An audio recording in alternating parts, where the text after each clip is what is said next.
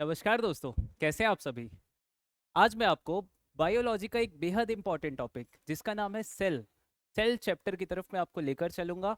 Biology जैसे कि हम सबको बचपन से लेकर अभी तक हमेशा बोरिंग लगी है, लेकिन आज मैं पूरी कोशिश करूंगा कि आपको बायो से प्यार हो जाए। बहुत इंटरेस्टिंग सब्जेक्ट है दोस्तों बायोलॉजी। तो चलिए सेल चैप्टर की शुरुआत करते हैं।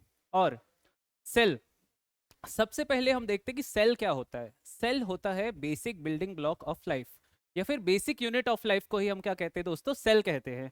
तो चलिए मैं आपको दिखाता हूँ कि सेल का मतलब, जिसको बिल्डिंग ब्लॉक कहते हैं, घर बनता है आपका। घर किससे, बेस किससे बनता है, ईंटों से बनता है, ब्रिक्स, है ना। तो यहीं से अब मैं शुरू करता हूँ।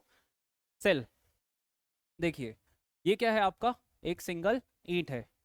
इसको हम क्या कह सकते हैं, सेल। ठीक है। अगला, अब कई सारे सेलों को हम मिला देते हैं। एक सेल, दो सेल और ये कई सारे सेल।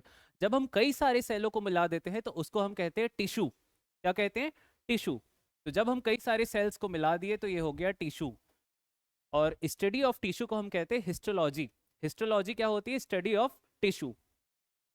फिर अब देखिए, ये है आपका एक ईंट। अब आपने कई सारी ईंटों को मिला के दीवार खड़ी कर दी। अब क्या होगा, अब आपको एक कमरा बनाना है। तो ये आपने क्या बना दिया, एक कमरा बना दिया। तो ये क्या हो गए, जब आप इन सारी टिश्यूज को मिला दोगे तो क्या बन जाएगा, ऑर्गन। क्या बन जाएंगे दोस्तों, ऑर्गन। शरीर के ऑर्गन्स, जिनको हम अंग कहते हैं, शरीर के अंग बन जाएंगे। फिर जब आप इन सारे अंगों को मिला दोगे तो ये आपका क्या बन जाएगा, बॉडी। क्या बन जाएगी आपकी पूरी, शरीर बन जाएगा। यहां तक क्लियर हुआ। ये क्या था आपका, सिंगल ब्रिक, ईंट। ईंट को आपने रखा, तो ये क्या है, सेल। अब ईंट को जोड़ दिए तो क्या बन गया, टिश्यू। और टिश्यू की ही स्टडी को हम क्या कहते हैं, histology. Large number of group of cells is known as tissue. फिर क्या आता है दोस्तों, ऑर्गन्स। जब आप कई सारे किसको मिला दोगे, टिश्यूज को मिला दोगे तो ऑर्गन बन जाएगा, मतलब कमरा तैयार हो जाएगा। और जब सारे कमरों को आप मिला दोगे, छत डाल दोगे, तो आपका क्या बन जाएगा, घर बन जाएगा। और ये घर ही हमारा शरीर है। और पहले के ज़माने में बोला करते थे ना कि मंदिर, शरीर ही सबसे बड़ा आपका मंदिर है, इसकी पूजा करिए। तो ये वही मंदिर है। यहाँ तक क्लियर हुआ। तो देखिए, अब अगला क्या आता है भाई, अगला आता है साइटोलॉजी। साइटोलॉजी क्या होती है, study of cells is known as cytology. ठीक है। अब हम देखते हैं डिस्कवरी किसने करी थी सेल की, और हम कुछ बेसिक्स देख लेते हैं। तो रॉबर्ट हुक जी ने क्या करी थी, डिस्कवरी ऑफ सेल करी थी। सेल की डिस्कवरी करी थी, लेकिन कैसे सेल की, डेड सेल की डिस्कवरी करी थी किसने, रॉबर्ट हुक जी ने। अगला कौन आता है भाई, लियोन वॉक। लियोन वॉक जी ने क्या किया था, लियोन वॉक जी ने फ्री लिविंग सेल की डिस्कवरी करी थी। लिविंग सेल की डिस्कवरी करी थी किसने, लियोन वॉक जी ने। अगले आते हैं कौन, हमारे रॉबर्ट ब्राउन, भूरा भाई साहब। ये क्या किए थे, न्यूक्लियस की डिस्कवरी किए थे। रॉबर्ट ब्राउन जी ने क्या किया था, न्यूक्लियस की डिस्कवरी की थी रॉबर्ट ब्राउन जी ने। फिर आता है सेल थ्योरी। सेल थ्योरी किसने दी थी, 1839 में शेल्डन और स्वान, दो साइंटिस्ट थे उस समय के, काफी विख्यात साइंटिस्ट। उन्होंने एक पूरी सेल थ्योरी के बारे में बताया था कि ये थ्योरी है क्या पूरी। फिर आगे चलकर इस सेल थ्योरी को एक्सपेंड किया था हमारे एक मशहूर साइंटिस्ट ने, जिनका नाम था वर्शो। तो वर्शो भाई साहब ने क्या किया था, सेल थ्योरी को एक्सपेंड किया था। अगला क्या आता है, पुरकिंजे। आगे चलकर आप पढ़ेंगे प्रोटोप्लाज्म। तो प्रोटोप्लाज्म की डिस्कवरी किसने की है, हमारे पुरकिंजे भाई साहब ने की है। प्रोटोप्लाज्म को अगर आप अभी देखें तो protoplasm is further subdivided into, protoplasm को अगर आप देखें तो ये डिवाइड हो जाता है साइटोप्लाज्म और न्यूक्लियोप्लाज्म में। Nucleoplasm, protoplasm is further subdivided into cytoplasm and nucleoplasm. Cytoplasm क्या होता है और न्यूक्लियोप्लाज्म क्या होता है, ये मैं आपको आगे चलकर बताऊंगा। ठीक है। तो देखिए, फिर क्या आता है भाई, फिर आता है मल्टी सेलुलर, यूनिसेलुलर ऑर्गेनिज्म और मल्टी सेलुलर ऑर्गेनिज्म। यूनिसेलुलर और यूनिसेलुलर मतलब सिंगल, जिस जो सिंगल सेल के बने होते हैं। फॉर एग्जांपल बैक्टीरिया, अमीबा, क्लेमिडोमोनस और पैरामीशियम। फिर मल्टी सेलुलर कौन होते हैं भाई, मल्टी सेलुलर होते हैं जो एक से अधिक सेल से बने होते हैं, उनको हम मल्टी सेलुलर ऑर्गेनिज्म कहते हैं।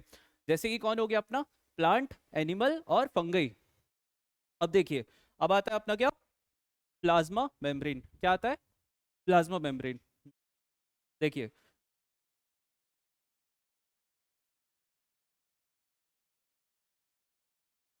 प्लाज्मा मेम्ब्रेन क्या होता है भाई? Outer most covering of cell is known as plasma membrane. Plasma membrane is also known as cell membrane. Plasma membrane को ही हम क्या कहते हैं भाई? सेल मेम्ब्रेन कहते हैं। देखिए क्या होता है, आप जिस सोसाइटी में रहते हो, आप जिस मोहल्ले में रहते हो, वहाँ का एक चौकीदार होता है ना, तो उसी तरह इसकी सोसाइटी का सेल ऑर्गेनल्स का पूरा एक कौन चौकीदार कौन होता है? हमारा प्लाज्मा मेम्ब्रेन होता है। तो ये देखिए, ये है आपका पूरा क्या? सेल। सेल है। अब सेल को प्रोटेक्शन कौन दे रहे हैं हमारे भाई साहब? Plasma membrane. प्लाज्मा मेम्ब्रेन को ही हम क्या कहते हैं? Cell membrane. प्लाज्मा मेम्ब्रेन को ही सेल मेम्ब्रेन कहते हैं। ये सेल ऑर्गेनल है। सेल ऑर्गेनल के अंदर माइटोकॉन्ड्रिया होते हैं, वैक्यूल्स होते हैं, प्लास्टिड्स होते हैं, एंडोप्लाज्मिक रेटिकुलम होता है। Then endoplasmic reticulum is further subdivided into rough endoplasmic reticulum and smooth endoplasmic reticulum. Nucleus होता है, न्यूक्लियस के अंदर न्यूक्लियोलस होता है, ठीक है। और आगे चल के आप पढ़ोगे प्लाज्मा मेम्ब्रेन के भी बाहर एक लेयर होती है। वो किसकी लेयर होती है? सेल वॉल होती है। वो क्या होती है भाई? Cell wall. ये हम आगे चल के देखेंगे। यहां तक आपको क्लियर हो गया होगा प्लाज्मा मेम्ब्रेन। सेल ऑर्गेनल, मैंने अभी एक शब्द अच्छा बोला, सेल ऑर्गेनल्स। सेल ऑर्गेनल्स का काम क्या होता है? Clearing up waste material from the cell और making new materials in the cell. Clear है? नए मटेरियल्स को बनाते हैं और जो वेस्ट मटेरियल होता है उसको बाहर निकाल देते हैं। क्या बोलते हैं? पहली फुर्सत में निकल और अपशब्द। चलिए ठीक है। तो देखिए अब क्या होता है? Outer most covering of cell होती है प्लाज्मा मेम्ब्रेन, फ्लेक्सिबल होता है और क्या सिलेक्टिवली परमिएबल मेम्ब्रेन होता है। मतलब सिलेक्टिवली परमिएबल मेम्ब्रेन क्या होता है? छाट छाट के अंदर भेज रहा है, हर किसी को अंदर नहीं जाने देता है। 1000 रुपए की पत्ती आप रखोगे तो ही अंदर जाने मिलेगा, ऐसे नहीं जाने मिलेगा। अगला क्या आता है? एक होता है डिफ्यूजन, एक होता है ऑस्मोसिस। डिफ्यूजन का मैं एक पहले एग्जांपल देता हूँ। आपके घर पे आप जब पूजा पाठ करते हो, कोई अच्छी मनोकामना मांगे होगे है ना किसी की, तो क्या होता है? अगरबत्ती जलाते हो। अगरबत्ती आप इस कोने में, रूम के इस कोने में जला रहे हो, लेकिन खुशबू उस कोने में आ रही है, दूसरे वाले कोने में। मम्मी पापा को भी पता चल रहा है कि लड़का कुछ अच्छी मनोकामना मांगा है, ठीक है। तो फिर क्या होता है ऐसे में?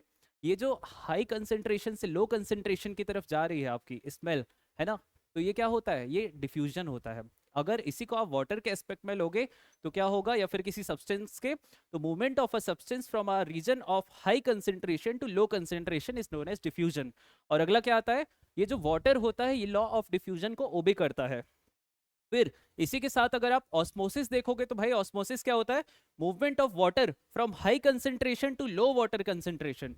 हाई कंसेंट्रेशन से लो कंसेंट्रेशन की तरफ जाता है, तो ये क्या होता है? ऑस्मोसिस। अभी देखिए जो प्लांट रूट्स होती हैं वो पानी को एब्जॉर्ब कर लेती हैं, है ना, तो किसकी मदद से करती हैं? ऑस्मोसिस की मदद से करती है, ठीक है। अब देखिए तीन तरह के सोल्यूशन होते हैं, हाइपोटोनिक सोल्यूशन, हाइपरटोनिक सोल्यूशन और आइसोटोनिक सोल्यूशन। तो ये देखिए पहला क्या होता है? Hypotonic solution. हाइपोटोनिक सोल्यूशन का मतलब क्या होता है? Medium surrounding the cell has higher water concentration than the cell. मैं फिर से रिपीट करता हूं, medium surrounding the cell has higher water concentration than the cell. इसका मतलब क्या हुआ? मैं एक एग्जांपल के साथ आपको समझाता हूं। ये है ग्लास, ग्लास में आपने डाली किशमिश और भर दिया पानी, किशमिश सूखी हुई है। सुबह आपने देखा किशमिश फूल गई, चमत्कार हो गया, है ना? नहीं, ये साइंस है। देखिए किशमिश को आपने डाला, किशमिश फूल गई सुबह होते होते, तो किशमिश का कंसंट्रेशन लो था, ठीक है। लेकिन जब आपने उसको पानी में डाला तो वो जो पानी का बाहर का एक्सटर्नल फोर्स था वो किशमिश को पुश कर रहा था, अंदर की तरफ फोर्स एक्सर्ट कर रहा था, तो वो क्या हुआ? किशमिश फूल गई। तो इसको ही हम क्या कहते हैं? Hypotonic solution. आप ये देख सकते हैं, ये पानी है और ये क्या है? मान लीजिए सेल है, सेल। तो ये क्या हो रहा? अंदर की तरफ पानी जा रहा है तो सेल फूल रहा है। अगला आता है hypertonic solution. Medium has lower water concentration than the cell. ये जो मीडियम, इसको ही मीडियम कहते हैं अपन। मान लीजिए इसमें लोअर कंसेंट्रेशन है सेल के उसके कंपैरिजन में, मीडियम के कंपैरिजन में, तो क्या होता है भाई? अब इसका एग्जांपल देता हूँ। किशमिश है, किशमिश को आप उसमें डाल दीजिए, वो मीठा मीठा क्या होता है? अरे नहीं, उसका प्यार नहीं, हाँ शहद।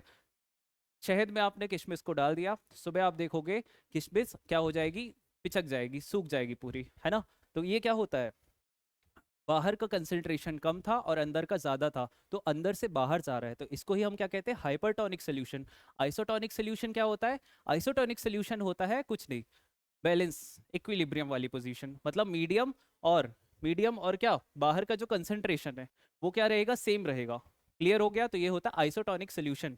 अगला क्या आता है भाई? अगला आता है सेल वॉल। मैंने अभी आपको समझाया था, एक होता है प्लाज्मा मेम्ब्रेन, एक होता है सेल वॉल।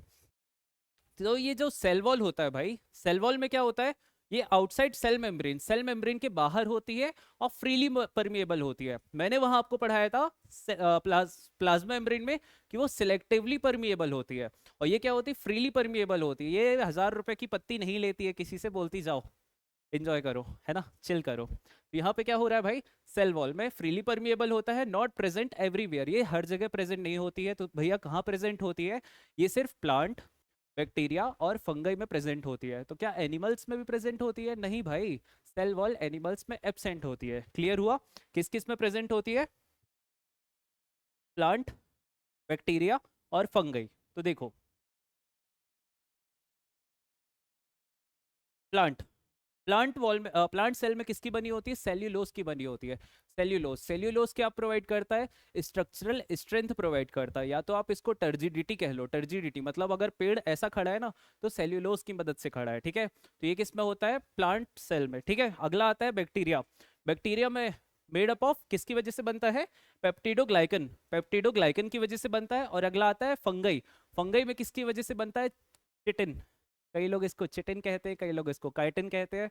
भारत देश में अंग्रेजों की कमी नहीं है, आप जैसा कि जानते ही है। तो ये हो गया क्या, काइटिन। ये क्या होता है, एक कॉम्प्लेक्स शुगर होता है, ठीक है। चलिए, नेक्स्ट आता है फिर भाई क्या, नेक्स्ट आता है हमारा प्लांट सेल का डायग्राम है ये मैंने आपको बताया था, ये क्या है, ये है न्यूक्लियस, ये है न्यूक्लियस, ठीक है। अब देखना, ये न्यूक्लियस है। न्यूक्लियस के अंदर क्या होता है, न्यूक्लियोलस, न्यूक्लियस के अंदर होता है न्यूक्लियोलस। और ये है न्यूक्लियस, उसके अंदर होता है न्यूक्लियोलस। ये है क्लोरोप्लास्ट। आगे चल के मैं बताऊंगा, क्लोरोप्लास्ट फूड प्रिपेयर करता है with the help of photosynthesis. Chloroplast होता है, क्रोमोप्लास्ट होता है और ल्यूकोप्लास्ट होता है। मैं ये तीनों चल के आपको आगे बताऊंगा। क्लोरोप्लास्ट से आप याद रखिए, ये क्या करता है, फूड प्रिपेयर करता है, प्रिपेयर्स फूड। किसके लिए बनाता है, आपके लिए बनाता है, भाभी जी के लिए बनाता है, भैया के लिए बनाता है? नहीं, किसके लिए बनाता है, प्लांट्स के लिए फूड बनाता है with the help of photosynthesis. Photosynthesis वही सूर्य की किरणें, 6वीं क्लास में अपन ने पढ़ा था, है ना। तो ठीक है। और ये होता है सेल मेम्ब्रेन। सेल मेम्ब्रेन क्या होती है, अंदर वाली लेयर होता है, इसको ही हम क्या कहते हैं, सेल मेम्ब्रेन को सेल मेम्ब्रेन को ही हम प्लाज्मा मेम्ब्रेन कहते हैं, ठीक है। और क्या, न्यूक्लियस मैंने बता दिया, सेल वॉल मैंने बता दिया। सेल मेम्ब्रेन की भी बाहर वाली जो लेयर होती है, ये बाहर वाली लेयर, इसको हम क्या कहते हैं, सेल वॉल कहते हैं। और माइटोकॉन्ड्रिया क्या होता है, बचपन में आपने कुछ पढ़ा हो ना पढ़ा हो, एक चीज तो बायोलॉजी में जरूर पढ़ी थी, mitochondria is known as the power house of the cell. Mitochondria is known as the power house of the cell. तो ये है माइटोकॉन्ड्रिया। आगे चल के मैं इसका आपको बताऊंगा, एक क्रेब्स साइकिल, क्रेब्स साइकिल, ठीक है। फिर ये क्या आता है, लार्ज वैक्यूल, किसमें होते हैं, प्लांट सेल में। प्लांट सेल में क्या होते हैं, लार्ज वैक्यूल होते हैं। और एनिमल सेल में क्या होते हैं, स्मॉल वैक्यूल्स होते हैं। प्लांट सेल में लार्ज वैक्यूल और एनिमल सेल में स्मॉल वैक्यूल। अगला आता है साइटोप्लाज्म। कुछ याद आया? मैंने अभी आपको बताया था, पुरकिंजी पुरकिंजी जी ने किसकी डिस्कवरी की थी, protoplasm. Then after protoplasm is further subdivided into cytoplasm and nucleoplasm. तो ये वही साइटोप्लाज्म है ना। साइटोप्लाज्म को ही अब मैं आपको बताता हूँ क्या बोलते हैं, fluid content inside plasma membrane. Fluid content inside plasma membrane is known as cytoplasm. Clear हुआ? और न्यूक्लियोप्लाज्म क्या होगा, फ्लूइड कंटेंट इनसाइड न्यूक्लियस, वो होता है न्यूक्लियोप्लाज्म। क्लियर हो गया भाई? अब हम बढ़ते हैं आगे। देखिए, आता है अब कौन हमारा भाई, न्यूक्लियस। न्यूक्लियस को हम क्या कहते हैं, brain of the cell. Brain of the cell किसको कहते हैं, न्यूक्लियस को क्या कहते हैं। क्योंकि जो सारे सेल ऑर्गेनल्स होते हैं, माइटोकॉन्ड्रिया, वैक्यूल्स, प्लास्टिड, जितने भर होते हैं, उन सबको ये रेगुलेट करता है ना। कि माइटोकॉन्ड्रिया दादाजी सही से काम करिए, कोई भी है सही से काम करो, एंडोप्लाज्मिक रेटिकुलम सही से काम करो, है ना। तो ये सबको रेगुलेट करता है, दिशा निर्देश देता है ना। कौन हमारा, न्यूक्लियस। अब देखिए जैसे न्यूक्लियस के बाहर होता है, जैसे सेल के बाहर होता है सेल मेम्ब्रेन, वैसे न्यूक्लियस के बाहर कौन होगा, न्यूक्लियर मेम्ब्रेन।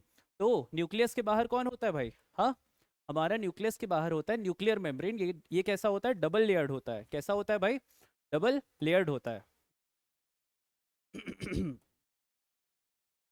अगला क्या आता है, इसको ही हम क्या कहते हैं, ब्रेन ऑफ द सेल कहते हैं, इसको ही हम क्या कहते हैं, brain of the cell, brain of the cell. अगले आते हैं क्रोमोसोम्स। क्रोमोसोम्स क्या होते हैं, हम देखते हैं, हम भी देखते हैं। Visible as rod shaped structure. Chromosome किसकी तरह दिखते हैं, रॉड शेप्ड स्ट्रक्चर। अब देखो, क्रोमोसोम किसका बना होता है, डीएनए और प्रोटीन का बना होता है। क्रोमोसोम्स डीएनए और प्रोटीन के बने होते हैं। डीएनए क्या होता है, deoxy ribo nucleic acid. DNA होता है डीऑक्सी राइबो न्यूक्लिक एसिड। ये डबल हेलिकल होता है, ठीक है। डबल हेलिकल का मतलब क्या हुआ, ऐसा, ठीक है, ऐसा है और ऐसा है, ठीक है, तो ये हो जाता है डबल हेलिकल। और एक आरएनए होता है, आरएनए कैसा होता है, सिंगल हेलिकल होता है। आरएनए कैसा होता है, सिंगल हेलिकल होता है। तो ये जो डीएनए होता है, ये किसका बना होता है, एडेनाइन, यूएनाइन, साइटोसाइन और थाइमाइन, ठीक है। ये किसका बना होता है, इन चार चीजों का बना होता है डीएनए। आरएनए भी किसी चीज का बना होगा। तो देखिए शुरू की तीन चीजें तो कॉमन है, एडेनाइन, यूएनाइन और साइटोसाइन, ये तीनों चीजें दोनों में कॉमन है। लेकिन डीएनए में क्या, डीएनए किसका बना होता है, चौथी मोस्ट इंपॉर्टेंट चीज जो थी वो थी थाइमाइन। और आरएनए किसका बना होता है, यूरासिल। आरएनए किसका बना होता है, यूरासिल। तो डीएनए का क्या रहता है भाई, थाइमाइन। और आरएनए के लिए क्या रहता है, यूरासिल। ये चीजें आपको क्लियर हो गई होगी। तो ये था डीएनए और आरएनए के बीच का एक बेसिक डिफरेंस। अब मैं आपको बताता हूँ क्या, अब मैं आपको बताता हूँ क्रोमोसोम। टोटल ह्यूमन बॉडी में कितने क्रोमोसोम्स होते हैं, 46 इन नंबर। लेकिन पेयर में अगर आप देखोगे तो 23 इन पेयर्स। पेयर मतलब मुझे नहीं लगता कि आपको समझाने की ज़रूरत है, आपके भी कोई मित्र होंगे, आपके भी कोई मित्र होंगे जिनके साथ जोड़े बनाए जाते हैं, तो उसको ही हम क्या कहते हैं, पेयर्स कहते हैं, है ना। तो 46 पेयर, 46 नंबर में होता है और 23 पेयर में होता है। क्रोमोसोम्स दो तरह के होते हैं। एक होता है क्या भाई, एक होता है ऑटोजोम, एक होता है एलोजोम। एलोजोम्स, देखिए, ये जो ऑटोजोम होता है ये बॉडी क्रोमोसोम होता है। ये क्या होता है, बॉडी क्रोमोसोम। और ये क्या होता है, ये होता है sex chromosome. Autosome, allosome. Autosome क्या होता है, बॉडी क्रोमोसोम। एलोजोम क्या होता है, सेक्स क्रोमोसोम होता है। ऑटोजोम कितने होते हैं सौरभ भाई, ये होते हैं 44।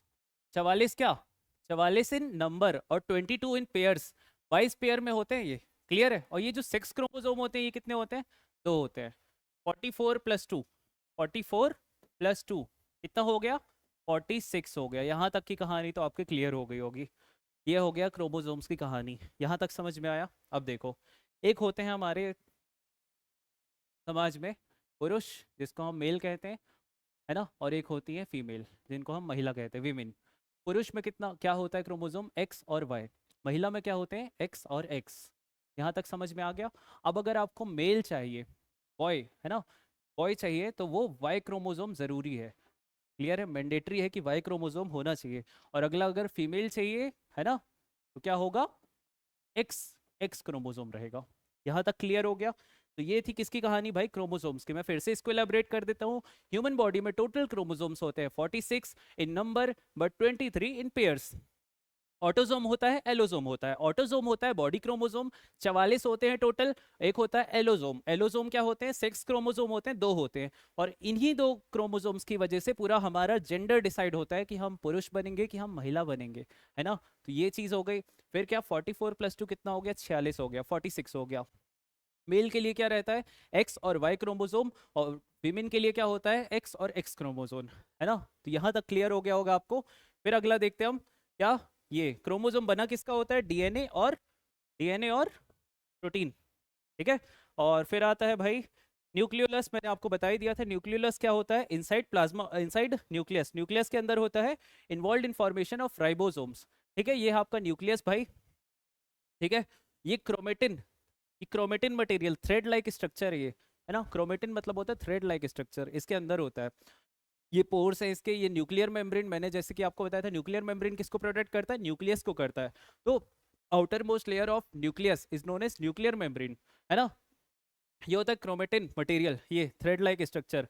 ये ग्रेन्यूल्स होते हैं, ये न्यूक्लियोलस होता है, ये क्रोमेटिन डिफ्यूजन। चलिए, chemical used for staining cell.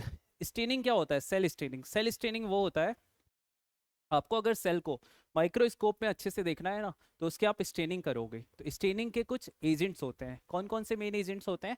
पहला होता है आयोडीन, फिर होता है सेफ्रनिन सोल्यूशन, और फिर आता है methylene blue. Iodine, saffron in solution और मिथिलीन ब्लू, ये तीन चीजें होती है सेल स्टेनिंग में काम आती है। अब सेल दो तरह के होते हैं, एक होता है प्रोकैरियोट्स और एक होते हैं यूकैरियोट्स। प्रो प्रो कुछ लोग अपने आप को प्रो खिलाड़ी समझते हैं कि मैं तो प्रो हूँ, मुझे किसी की जरूरत ही नहीं है ना। सोलो वर्सेस स्क्वाड एक गेम होता है पबजी में, तो ये सोलो खेलता है, तो इसको किसी की ज़रूरत ही नहीं है। तो इसमें क्या, न्यूक्लियर मेम्ब्रेन एब्सेंट होती है, पहली बात ये हो गई, ठीक है। अब दूसरी बात क्या, इसमें न्यूक्लियस भी एब्सेंट होता है, इसमें क्या, न्यूक्लियस भी एब्सेंट होता है, ठीक है। फिर क्या होता है भाई, इसमें स्मॉल सेल होते हैं। अब अपने आप को पावरफुल तो समझ रहे हैं, बस समझ ही रहे हैं, है नहीं, है ना। तो ये क्या है, स्मॉल सेल होते हैं, डिफाइंड नहीं होते हैं, these are not well defined, है ना। और अगला क्या आता है, लेकिन इसमें क्या, न्यूक्लियोइड प्रेजेंट होता है, ठीक है। इसके एग्जांपल कौन होंगे प्रोकैरियोट्स के? बैक्टीरिया, माइकोप्लाज्मा और ब्लू ग्रीन एल्गे इसके एग्जांपल हैं। फिर आता है यूकैरियोट्स। यूकैरियोट्स ये लोग अच्छे लोग हैं, वेल डिफाइंड है, इनका समाज में अच्छा रुतबा है, दबदबा है, वर्चस्व है, ठीक है। अब जिस आदमी का समाज में अच्छा रुतबा है, उसको एक प्रोटेक्शन तो लगेगी, सिक्योरिटी तो लगेगी, पीएसओ चाहिए, personal security officer, Z plus security चाहिए। तो इनके पास क्या होता है, न्यूक्लियर मेम्ब्रेन प्रेजेंट होता है, इनको एक आउटर मोस्ट प्रोटेक्शन दी जाती है, ठीक है। अगला क्या होता है, लार्ज होते हैं और वेल डिफाइंड होते हैं। इनका एग्जाम्पल कौन है, प्लांट, एनिमल और फंगई। इन तीन भाई साहब लोगों को क्या चाहिए होता है, प्रोटेक्शन और फुल इज्जत चाहिए होती है, गुड्डू भैया की तरह, ठीक है। अगला आता है सेल ऑर्गेनल्स। मैंने आपको सेल ऑर्गेनल्स बता दिया था क्या होते हैं, ठीक है। Clearing of waste material from the cell or making new material in the cell, these are cell organelles. अगला क्या आता है भाई, पहला आता है एंडोप्लाज्मिक रेटिकुलम। एंडोप्लाज्मिक रेटिकुलम, इसको हम शॉर्टकट में ईआर कहते हैं। ये कैसे होते हैं, इनका मुख्य धंधा होता है किस चीज का, ट्रांसपोर्टेशन का। इनका मेन काम किस चीज का होता है भाई, ट्रांसपोर्टेशन का। किस चीज का ट्रांसपोर्टेशन करेंगे, ट्रांसपोर्टेशन बिटवीन साइटोप्लाज्म और न्यूक्लियस। साइटोप्लाज्म और न्यूक्लियस के बीच में इनका किसका धंधा होता है, ट्रांसपोर्टेशन का धंधा होता है। अगला क्या आता है, अगला interconnected by single continuous membrane. ये सिंगल कॉन्टिन्यूअस मेम्ब्रेन से जुड़े हुए होते हैं, ठीक है। अगला देखते हैं अब, ये है हमारा पूरा सेल ऑर्गेनल। सेल ऑर्गेनल, ये है माइटोकॉन्ड्रिया, दादाजी, ठीक है, घर के बुजुर्ग इनको कहते हैं। अगला आता है क्या, साइटोप्लाज्म। साइटोप्लाज्म मैंने आपको बताया था, fluid content inside plasma membrane, ये जो फ्लूइड है जिसमें ये सब तैर रहे हैं, ये क्या है, साइटोप्लाज्म है। अगला है सेल मेम्ब्रेन। सेल मेम्ब्रेन ये इसको प्रोटेक्शन प्रोवाइड कर रहा है, ठीक है। और क्या है भाई, हाँ, अगला ये एंडोप्लाज्मिक रेटिकुलम, ये है हमारा एंडोप्लाज्मिक रेटिकुलम। ये है क्या, हमारा एंडोप्लाज्मिक रेटिकुलम। ये है हमारा पूरा न्यूक्लियस। न्यूक्लियस के अंदर क्या प्रेजेंट होता है, न्यूक्लियोलस। न्यूक्लियोलस किसके अंदर प्रेजेंट होता है, न्यूक्लियस के अंदर। ये होते हैं सेंट्रियोल्स, ये होते हैं वेसिकल्स, माइक्रोविली, ये सारी चीजें अब हम आगे चल के देखेंगे। ये होता है गोल्जी एपरेटस, ठीक है। एंडोप्लाज्मिक रेटिकुलम दो पार्ट्स में डिवाइडेड होता है, रफ एंडोप्लाज्मिक रेटिकुलम और स्मूथ एंडोप्लाज्मिक रेटिकुलम। तो एक होता है रफ एंडोप्लाज्मिक रेटिकुलम, जिसमें इसमें क्या प्रेजेंट होता है, राइबोसोम्स प्रेजेंट होते हैं। राइबोसोम्स को ही हम कहते हैं प्रोटीन फैक्ट्री। राइबोसोम्स की अगर आप बात करें तो इसकी डिस्कवरी किसने की थी, हमारे भाई साहब पेलेडे। पेलेडी जी ने क्या किया था, राइबोसोम्स की डिस्कवरी की थी। इसको ही हम क्या कहते हैं, राइबोसोम्स। अगर हम राइबोसोम्स की बात करें तो राइबोसोम्स की डिस्कवरी किसने की थी, पेलेडे। ये एसएससी के फेवरेट क्वेश्चनों में से एक है कि राइबोसोम्स की डिस्कवरी किसने करी थी, पेलेडे भाई साहब ने करी थी। अगला आता है राइबोसोम्स को ही हम क्या कहते हैं भाई साहब, राइबोसोम्स को हम कहते हैं क्या, प्रोटीन फैक्ट्री। अब प्रोटीन फैक्ट्री क्यों कहते हो भाई, कुछ तो कारण होगा। प्रोटीन फैक्ट्री हम इनको इसीलिए कहते हैं क्योंकि ये मदद करते हैं प्रोटीन के निर्माण में, प्रोटीन को बनाने में मदद करते हैं। कौन, हमारे राइबोसोम्स, ठीक है। तो राइबोसोम्स किस में प्रेजेंट होते हैं, रफ एंडोप्लाज्मिक रेटिकुलम में होते हैं। रफ मतलब खुरदुरा, है ना, और स्मूथ मतलब चिकना, है ना। तो देखिए, पेलेडे इसकी डिस्कवरी की थी और प्रोटीन फैक्ट्रीज को कहते हैं, मतलब प्रोटीन के निर्माण में मदद करता है। अगला आता है secrets, serum protein. Serum protein, serum वो वाला नहीं जो तेल लगाते हो भाई, महिलाएं जो हमारी लगाती हैं, वो वाला नहीं, ये दूसरा सीरम प्रोटीन है, ठीक है। और ये कहाँ पे पाया जाता है, प्रोकैरियोटिक सेल में पाया जाता है, ठीक है। ये हो गया हमारा रफ एंडोप्लाज्मिक रेटिकुलम। अगला आता है स्मूथ एंडोप्लाज्मिक रेटिकुलम। ये सिंथेसाइज करते हैं लिपिड और किसको? स्टेरॉइड्स को। और मदद करते हैं ड्रग डिटॉक्सिफिकेशन में, ड्रग्स को भगाने में मदद करते हैं। किसको? ड्रग्स को भगाने में मदद करते हैं। और पॉइजन को, मतलब शरीर में जितना भी गंदगी है उसको दूर करने में मदद करता है। कौन? SCR। अभी आगे आप पढ़ोगे मेम्ब्रेन बायोजेनेसिस। मेम्ब्रेन बायोजेनेसिस ये क्या होता है? मेम्ब्रेन बायोजेनेसिस होता है स्मूथ एंडोप्लाज्मिक रेटिकुलम में, और help in the manufacturing of fat molecules. जो फैट मॉलिक्यूल्स होते हैं उनके मैन्युफैक्चरिंग में मदद करता है। कौन? Smooth endoplasmic reticulum. और इसी प्रोसेस को हम कहते हैं मेम्ब्रेन बायोजेनेसिस। एक होता है राइबोजेनेसिस, है ना, और ऐसे कई सारे जेनेसिस होते हैं, है ना। चलिए,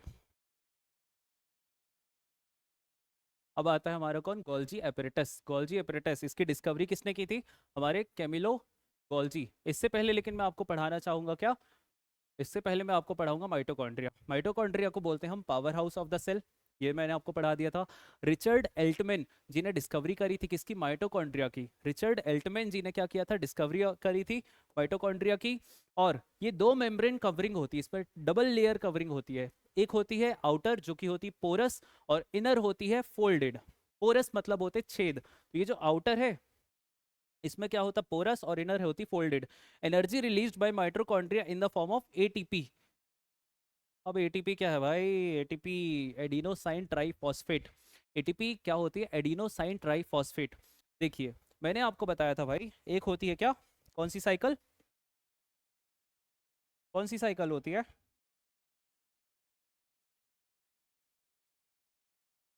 क्रेब्स साइकिल। ठीक है सौरभ भैया, आपने इतना तो बता दिया था, इसके आगे भी तो बताइए। इसके आगे क्या है दोस्त? क्रेब्स साइकिल में क्या होता है? 38 एटीपी। 38 एटीपीज का क्या होता है? निर्माण होता है। 38 एटीपीज का निर्माण होता है। और फिर यही 38 एटीपीज मिलकर क्या बना देते हैं? ग्लूकोज बना देते हैं शरीर में। क्या बना देते हैं? ग्लूकोज। और ग्लूकोज से आपको क्या याद आएगा? कि ग्लूकोज से फिर हमारे शरीर में क्या उत्पन्न हो जाती है? एनर्जी। क्या हो जाती है उत्पन्न? एनर्जी उत्पन्न हो जाती है। तो यही है हमारी क्रेब्स साइकिल। अब आपसे कोई पूछे मैंने ये क्यों बताया, टाइम पास कर रहा हूँ, मजाक कर रहा हूँ? नहीं, क्रेब साइकिल मैंने इसीलिए बताया क्योंकि क्रेब साइकिल कहाँ पे होती है? हमारे माइटोकॉन्ड्रिया में होती है ना। क्वेश्चन में पूछेगा आपसे, कई एग्जाम में पूछा है कि क्रेब साइकिल कहाँ पे होती है, तो माइटोकॉन्ड्रिया में होती है। 38 एटीपीज बनते हैं जो कि ग्लूकोज का निर्माण करते हैं, ये सब मिलके। ग्लूकोज से एनर्जी बनती है। एनर्जी से ही हम कूदते, दौड़ते, भागते, बोलते, लड़ते, सब करते हैं, पढ़ते, पढ़ाते। ठीक है, तो ये होता है क्रेब साइकिल, है ना। तो देखिए, अगला क्या आता है? एटीपी को ही हम क्या कहते हैं? Energy currency of the cell कहते हैं। Energy currency of the cell, ये एनर्जी वाली कहानी यही है ना। तो अब आपको समझ में आएगा, इतना बचपन से पढ़ते आ रहे हो कि एटीपी को energy currency of the cell क्यों कहते हैं, तो ये रीजन है। ठीक है, अगला क्या आता है? प्रोवाइड्स एनर्जी, मसल कंसेंट्रेशन और नर्व इम्पल्स। ठीक है, तो अब देखो, ये था हमारा क्या? माइटोकॉन्ड्रिया। अब मैं आपको बताऊंगा गोल्जी एपेरेटस। किसके बारे में बताऊंगा? गोल्जी एपेरेटस के बारे में बताऊंगा। डिस्कवरी किसने की थी? हमारे प्यारे कैमिलियो गोल्जी भाई साहब ने करी थी। क्या करी थी? इनने डिस्कवरी करी थी। तो देखो, इसको हम कहते हैं post office of the cell. क्यों कहते हैं मैं बताता हूँ। माइटोकॉन्ड्रिया का काम है पूरे शरीर में एनर्जी बनाना। वो क्या कर रहा है? पूरे शरीर में एनर्जी बना रहा है। बना दिया, पैर में बना दिया, घुटनों में बना दिया, हाथ में बना दिया, यहाँ बना दिया, हर जगह बना रहा है। वो अपना काम करता जा रहा है। ठीक है, फिर क्या होता है? अब मैं जैसे पढ़ा रहा हूँ तो यहाँ आपके हिसाब से मैं किस चीज़ का सबसे ज़्यादा यूज़ कर रहा हूँ? अपनी ज़ुबान का यूज़ कर रहा हूँ, हाथ का यूज़ कर रहा हूँ, और थोड़ा बहुत पैर का। बाकी इस पोर्शन का बिल्कुल यूज़ नहीं है। तो अब मुझे क्या है कि अब यहाँ पे एनर्जी बहुत चाहिए एक साथ, है ना, चाहिए ना ज़ुबान में। तो अगर पैर की एनर्जी होगी जो माइटोकॉन्ड्रिया बना रहा होगा, तो उस एनर्जी को वहाँ से लेकर यहाँ तक, या फिर यहाँ से लेकर यहाँ तक, यहाँ से यहाँ तक कौन लेकर आएगा? ट्रांसपोर्टेशन का धंधा कौन कर रहा है? हमारा गोल्जी एपरेटस। तो गोल्जी एपरेटस का मेन मेन धंधा किस चीज़ का है? ट्रांसपोर्टेशन का धंधा है। किस चीज़ का काम है? ट्रांसपोर्टेशन का काम है हमारा गोल्जी एपरेटस का। इसलिए हम इसको कहते हैं post office of the cell. Post of the office of the cell कौन होता है? हमारा गोल्जी एपरेटस हो गया होता है। ठीक है, इसका और काम क्या है? स्टोरेज। अब कहीं से लाया, कहीं रुकेगा तो बोलेगा चलो होल्ड कर लेते हैं, स्टोरेज कर लेते हैं। अगला क्या आ गया? पैकेजिंग। पैकेजिंग का भी काम इनका है ना। और अगला आता है modification of products in vesicles. ठीक है, involve in the formation of lysosome. Lysosome को आगे चल के आप पढ़ोगे, इसको बोलते हैं हम सुसाइडल बैग्स या फिर atom bomb of the cell, due to the presence of hydrolytic enzyme. Hydrolytic enzyme की वजह से लाइसोसोम क्या होते हैं, फट जाते हैं। ये मैं आगे चल के आपको बताऊंगा। तो यहाँ तक उम्मीद है आपको क्लियर हो गया होगा। ठीक है, ये होता है क्या, गोल्जी एपरेटस की कहानी है। ठीक है दोस्तों, अब आगे क्या आता है भाई, लाइसोसोम। लाइसोसोम के हमारे फाउंडर या फिर डिस्कवरी किसने की है लाइसोसोम की, हमारे डे ड्यूवे जी ने की है। इसको ही मैं क्या बोलता हूँ, ले डूबे। ये डे ड्यूवे नहीं है, ये क्या है, ले डूबे। अब ऐसा क्यों बोल रहे हैं अपन ले डूबे, ये जो लाइसोसोम होता है ये अपने साथ सबको ले डूबता है। सबको ले डूबता है मतलब इसके पास जो कोई आया और ये गलती से फट गया तो ये बाजू वाले को भी निपटा देता है ना। जैसे आपके कुछ अच्छे दोस्त होते हैं, बहुत अच्छे होते हैं, है ना, उनको सब करना आता है। अगर आप उनके साथ गए तो वो भी आपको अपने साथ क्या करेंगे, ले डूबेंगे। तो ये कौन होता है, लाइसोसोम होता है आपका। ये वही दोस्त है लाइसोसोम, है ना। ये अपने साथ कई लोगों को ले डूबता है ना। इसको ही हम क्या कहते हैं, सुसाइडल बैग कहते हैं या फिर atom bomb of the cell कहते हैं, due to the presence of powerful hydrolytic enzyme. इसका बना होता है भाई साहब आर्या, रफ एंडोप्लाज्मिक रेटिकुलम, है ना। रफ एंडोप्लाज्मिक रेटिकुलम से क्या याद आएगा, इसमें क्या इसका प्रेजेंस होता है, राइबोसोम्स का। राइबोसोम की डिस्कवरी किसने की थी, पेलेडे भाई साहब ने। और क्या याद आएगा, राइबोसोम क्या होते हैं, प्रोटीन फैक्ट्री होते हैं। सब रिलेट करते चलिए, है ना। और क्या होते हैं, वेस्ट डिस्पोजल ऑफ सेल कहते हैं किसको, हम आर को। फॉरेन मटेरियल जो होता है उसको ये कौन, राइबोस सॉरी लाइसोसोम्स जो होता है निपटा देता है बाहरी। फॉरेन मटेरियल मतलब ये मान लीजिए घर के चाचा जी हैं, ये किसी को घुसने नहीं दे रहे हैं क्योंकि घर पे अभी एक भतीजी भी है।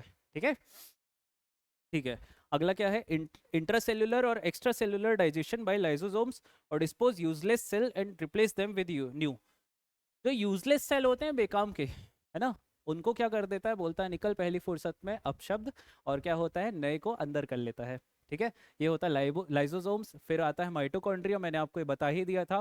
तीन चीजें अब कमेंट सेक्शन में आप बताइएगा। Power house of the cell किसको कहते हैं, post office of the cell किसको कहते हैं, और ब्रेन ऑफ द सेल किसको कहते हैं। ठीक है, ये तीन चीजें कमेंट सेक्शन बताइए। और अगला आता है प्लास्टिड्स। प्लास्टिड्स किस में प्रेजेंट होते हैं, प्लास्टिड्स सिर्फ प्लांट सेल में प्रेजेंट होते हैं। किस में प्रेजेंट होते हैं, प्लांट सेल में प्रेजेंट होते हैं प्लास्टिड। तो क्या एनिमल सेल में नहीं होते, नहीं होते। मैंने आपको शुरू में ही तीन चीजें बताई थी कि मैं आपको आगे चल के बताऊंगा। क्या बताऊंगा, देखिए, क्रोमोप्लास्ट, ल्यूकोप्लास्ट। इसके पहले भी अब आपको क्या पढ़ना है, एक क्लोरोप्लास्ट।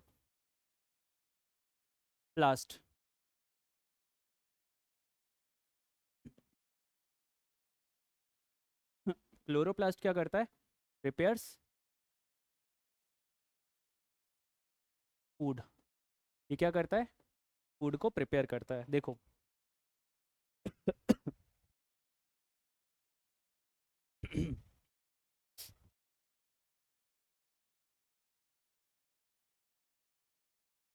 हेलो, जी भैया नमस्कार। जी जी, ठीक है, मैं उनसे बात कर लूँगा, आप वहाँ चले जाइएगा। मेरी पहुँच के एक बार उनसे बात करवा दीजिएगा। ठीक ठीक, जी ठीक ठीक ठीक ठीक ठीक, नमस्कार।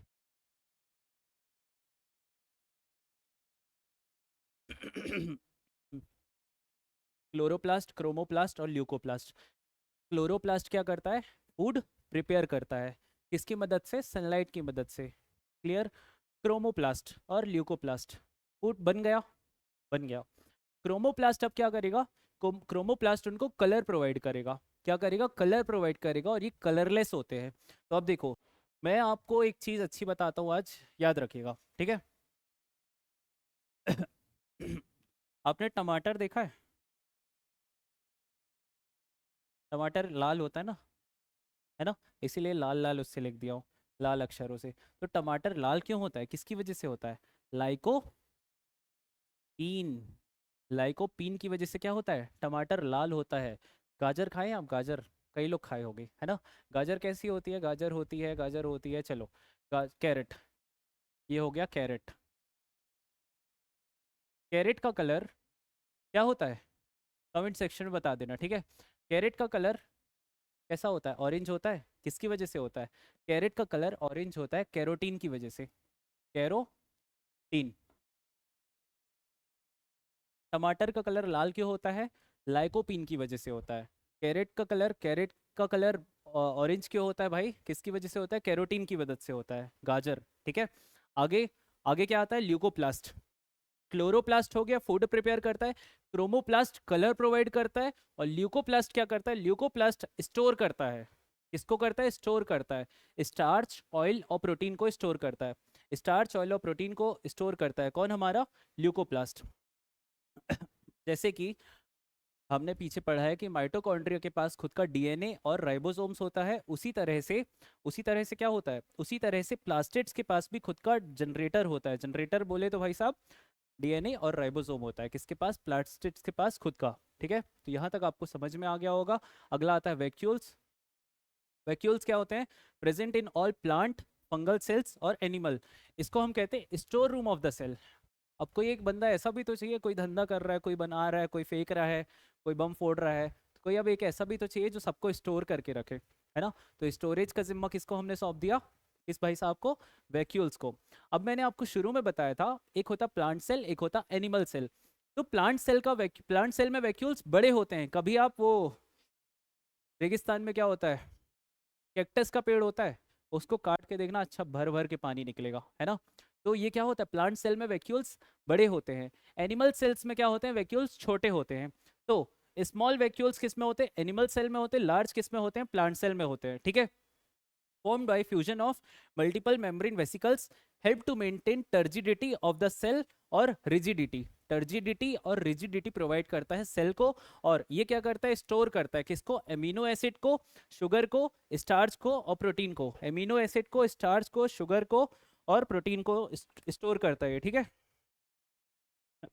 चलिए अगला क्या आता है भाई। ठीक है, वैक्यूल्स और ये खत्म होता है। इसी के साथ अब हम आज का सेशन को करते हैं समाप्त। लेकिन इसके पहले मैं एक बेहद इंपॉर्टेंट चीज़ बताऊंगा, क्या है, the climb is tough but the view from the top is worth it.